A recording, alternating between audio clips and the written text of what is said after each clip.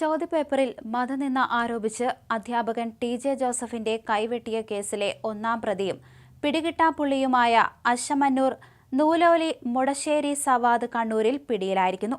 ദേശീയാന്വേഷണ ഏജൻസിയാണ് സവാദിനെ പിടികൂടിയിരിക്കുന്നത്.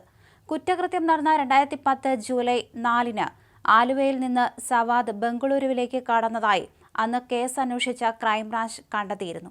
എന്നാൽ 13 വർഷം രഹസ്യാന്വേഷണ വിഭാഗങ്ങൾ നടത്തിയ അന്വേഷണത്തിനും സവാദിനെ കണ്ടെത്താൻ കഴിഞ്ഞിരുന്നില്ല. സവാദിനെ കണ്ടെത്താനുള്ള സാധ്യത വിരളമാണെന്നാണ് കരുതിയിരിക്കെയാണ് കണ്ണൂരിൽ നിന്ന് ഇയാൾ പിടിയിലായത്. ഇയാൾ ഇന്ത്യൻ ചാരസംഘടനയായ റോയുടെ ഏജന്റുമായുള്ള പാകിസ്ഥാൻ, ദുബായ് എന്നിവിടങ്ങളിൽ ഇയാളെ കണ്ടെത്തിയതായി അരിച്ചുപെറുക്കിയിരുന്നു. അഫ്ഗാനിസ്ഥാൻ, നേപ്പാൾ, മലേഷ്യ എന്നിവിടങ്ങൾ കേന്ദ്രീകരിച്ചും NIA അന്വേഷണം നടത്തിയെങ്കിലും ഇയാളെ കണ്ടെത്താൻ സാധിച്ചിരുന്നില്ല. സവാദ് സിറിയയിലേക്ക് കടന്നതായി റിപ്പോർട്ടുകൾ ഉണ്ടായിരുന്നുവെങ്കിലും അതിനും തെളിവ് കിട്ടിയിരുന്നില്ല. കേസിലെ കൂട്ടുപ്രതികളുമായും സംഭവത്തിനു ശേഷം സവാദ് ബന്ധപ്പെട്ടിരുന്നില്ല.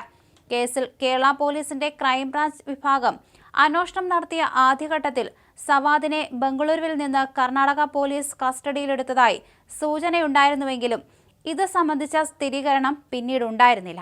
നേപ്പാളിൽ ഏറെക്കാലം ഒളിവിൽ താമസിക്കുകയായിരുന്നു പ്രതി. അതും MK നസീറിനൊപ്പം സവാദ് ഉണ്ടെന്നായിരുന്നു നാട്ടിലുള്ള അടുത്ത ബന്ധുക്കളുടെയും സുഹൃത്തുക്കളുടെയും ആരോപണം. എന്നാൽ നാസർ കീഴടങ്ങിയ ശേഷം വിശദമായി ചോദ്യം ചെയ്യപ്പെട്ടെങ്കിലും സവാദിനെ കുറിച്ചിട്ട് യാതൊരു വിവരവും അന്വേഷണ സംഘത്തിന് കിട്ടിയില്ല.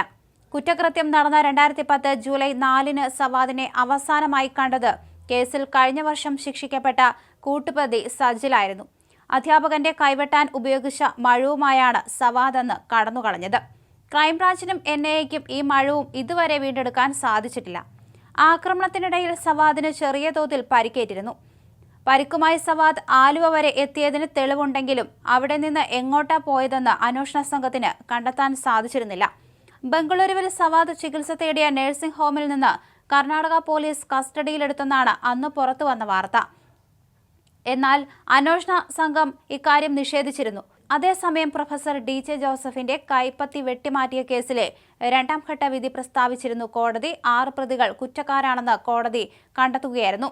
സജിൽ, നാസ്, നജീബ്, നൌഷാദ്, മൊയ്തീൻ കുഞ്ഞ്, അയൂബ് എന്നിവരെയാണ് ശിക്ഷിച്ചത്. 5 പ്രതികളെ കോടതി വെറുതെ വിട്ടിരുന്നു. ഷഫീഖ്, അസീസ്, സുബൈ, മുഹമ്മദ് റാഫി, മൻസൂർ എന്നിവരെയായിരുന്നു വെറുതെ വിട്ടത്. ഭീകരപ്രവർത്തനം അടക്കമുള്ള കുറ്റങ്ങൾ തെളിഞ്ഞെന്ന് NIA സംഘം പറഞ്ഞിരുന്നു. അതേസമയം ശിക്ഷിക്കപ്പെട്ട 6 പേരുടെയും ജാമ്യം റദ്ദാക്കി കാക്കനാട് ജയിലിൽ പാർപ്പിക്കാൻ കോടതി നിർദ്ദേശിക്കുകയായിരുന്നു. സംഭവത്തിന്റെ മുഖ്യ സൂത്രധാരനായിരുന്ന ആലുവ സ്വദേശിയും പോപ്പുലർ ഫ്രണ്ട് നേതാവ് MK നാസർ കൃത്യത്തിൽ നേരിട്ട് പങ്കെടുത്ത 11 പ്രതികളുടെ വിചാരണയാണ് പൂർത്തിയായത്. ആദ്യഘട്ടത്തിൽ 37 പ്രതികളെ വിസ്തരിച്ച കോടതി 11 പേർ കുറ്റക്കാരെന്ന് കണ്ടെത്തി ശിക്ഷ വിധിച്ചിരുന്നു.